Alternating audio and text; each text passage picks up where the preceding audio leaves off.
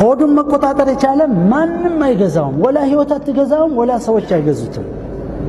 በማንኛውም ሁኔታ ውስጥ መኖር የሚችል ነው። ዱንያን አላህ ዋስትና ሰጥቶናል። አላሁ الذي خلقكم ثم رزقكم። የአኺራ ግን لا ادخلوا الجنة بما كنتم تعملون። የተለያዩ ነገሮች ይዘህ ነው የምትሄደው ወደ አላህ። ይሄን አይን ምን አየህበት? ይሄን ጆሮ ምን ሰማህ? ይሄን ምላስ ምን ተናገርክበት? ይሄን እጅ ምን ሰራህበት? ሆዱስ ምን አስገባህ? በፈርጅህ ምን ሰራህ? ገንዘብ አግኝተህ ወደ የት ወሰድከው? የት አደረግህ? እንዴት ኖርከው?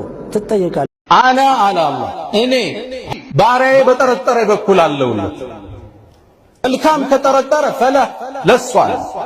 ወኢን ظن ሸረን ፈላህ መጥፎ ከጠረጠረ ለሱ አለ። ፈማ ظنكم برب العالمين። ስለ አላህ ጥርጣሬያችን ግድ የለም። ይሄ ጭጋግ ይገፈፋል፣ ስደተኛ ይመለሳል፣ የወደቀ ይነሳል፣ የተዘጋ ይከፈታል ነው ወይስ እንደተዘጋ ይቀራል? ፈማ ظنكم برب العالمين። ابن مسعود ይችን አንቀጽ ሲያብራሩ ምን ይላሉ? قسما بالله በአላህ እምላለሁ ይላሉ። ማ ظن عبد بالله ظنا ምንም ጥርጣሬ አንድ ባሪያ በባሪያው ላይ በአላህ ላይ ጠረጠረም እሱን የሰጠው ይሆን። ፈማ ظنكم برب العالمين። ተስፋችን የሞላ ይሁን ጌታችን ላይ መልካም ጥርጣሬ ነው።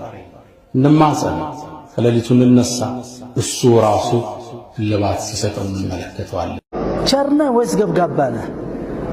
ታማኝ ነህ ወይስ ኻኢን ከዳተኛ አደራ የማይጠብቅ? ሳድቅ ነህ ሐቀኛ ነህ ወይስ ውሸታም ነህ?